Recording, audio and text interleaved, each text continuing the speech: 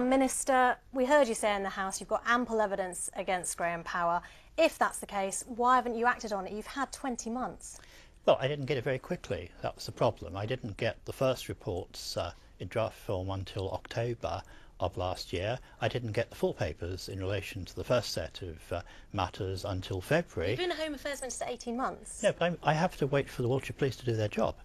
It's not me that's investigating, it's the Wiltshire Police who are investigating. They're an independent police force, and they did their job most thoroughly. So I didn't get the papers until February on the first one. I didn't get the... You appreciate there's a second disciplinary matter relating to Operation Blast.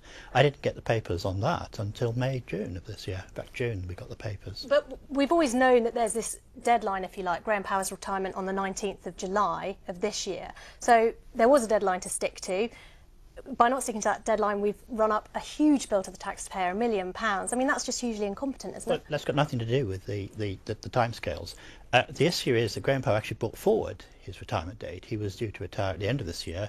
He brought that forward well, originally to July. He said he was supposed to retire years ago, and he chose to stay on to help you. He was given a 3-year extension in relation to that, which sadly proved to be absolutely disastrous.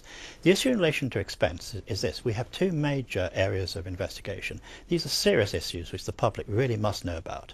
The public really must know what happened in February when the island was frankly put through the mill by international publicity, which blackened our name.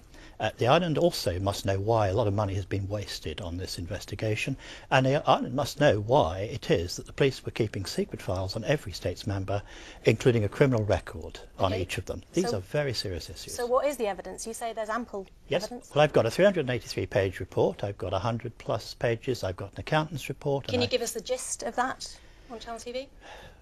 Very quickly, yes. Once Lenny Harper was appointed as investigating officer, Graham Power took responsibility as for oversight in relation to that. Therefore, he has responsibility for pretty well everything that went wrong in relation to this. The details of that are going to come out next week, and there's lots, I'm afraid. So you're basically saying Mr. Power ran bills because he wasn't actually controlling his deputy? Mr. Power didn't properly exercise oversight. The whole system of operating this investigation was focused on two men and two men alone. That is Mr. Power and Mr. Harper. It went disastrously wrong. OK, so we're going to have these reports in full next week, you say? No, not in full.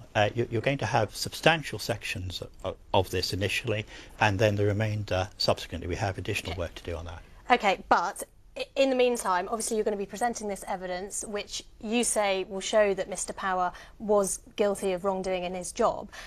As you heard in Jill's report there, Simon Crowcroft is saying it's really not fair on Graham Power to bring forward this evidence and not give him an opportunity to defend himself in an open hearing. But he's had every opportunity. He has produced lengthy statements which have been looked at by the Wiltshire Police. Those are referred to in the reports. What we've got here is the opinion of an experienced police officer after taking specialist advice in various different matters as to whether or not his colleague is seriously at fault. OK, Marquand, Home Affairs Minister, I am sure we have not heard the last of this, but thank you for now. Thank you very much.